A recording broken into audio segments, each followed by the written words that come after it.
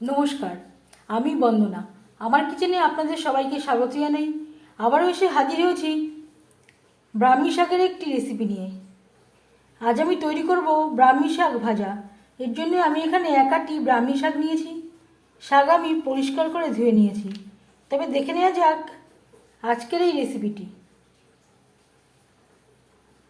ব্রাহ্মী শাক রান্না করবার জন্য কড়াইতে দিয়ে দিয়েছি 2 চামচ রিফাইন্ড অয়েল।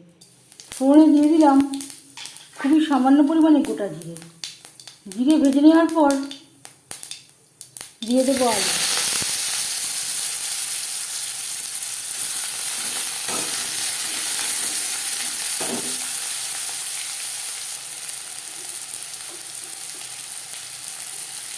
স্বাদ মতো লবণ, পরিমাণ মতো হলুদের গুঁড়ো, লবণ হলুদ দিয়ে আলু ভেজে নেব।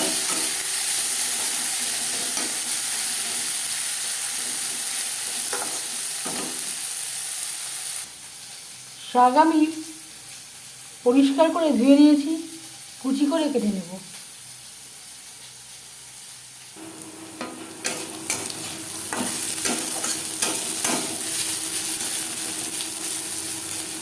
আলু বেশ ভালো করে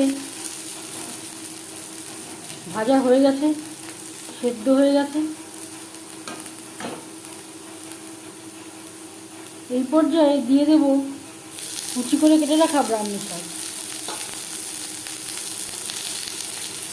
এই রান্নাতে আমি কোনো মশলা, রসুন পেঁয়াজের ব্যবহার করছি না,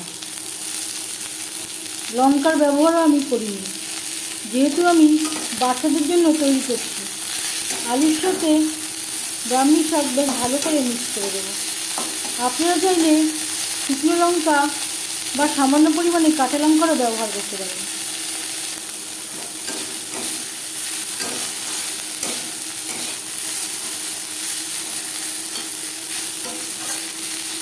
তিন চার মিনিট মিডিয়াম ফ্লেমে আলুর সাথে ব্রাহ্মী শাক ভেজে নেব। খুব বেশি সময় ধরে ভাজার প্রয়োজন নেই। ব্রাহ্মী শাক সেদ্ধ হতে একেবারেই সময় লাগে না। ব্রাহ্মী শাক যেহেতু স্বাদে একটু তেতো, তাই আমি আলু ব্যবহার করলাম। আলুর পরিবর্তে আপনারা বেগুনেরও ব্যবহার করতে পারেন। 3-4 মিনিট নাড়াচাড়া করে নেওয়ার পর গ্যাসের ফ্লেমটা অফ করে দেব।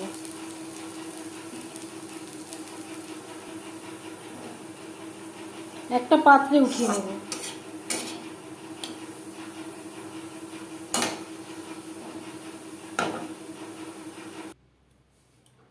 খুব সহজ একটা রেসিপি। ব্রাহ্মী শাক আমাদের স্বাস্থ্যের পক্ষে খুবই একটি উপকারী শাক। এই ব্রাহ্মী শাকের রেসিপিটি কেমন লাগলো অবশ্যই জানাবেন কমেন্টের মাধ্যমে। যদি এই রেসিপিটি ভালো লেগে থাকে লাইক করবেন, শেয়ার করবেন, সাবস্ক্রাইব করবেন আমার চ্যানেলটিকে, বেল আইকনটা ক্লিক করে দেবেন। যখন আমি নতুন ভিডিও আপলোড দেব তার নোটিফিকেশান সবার আগে আপনার কাছে পৌঁছে যাবে। আপনারা সবাই ভালো থাকবেন। এই ভিডিওটি দেখার জন্য ধন্যবাদ।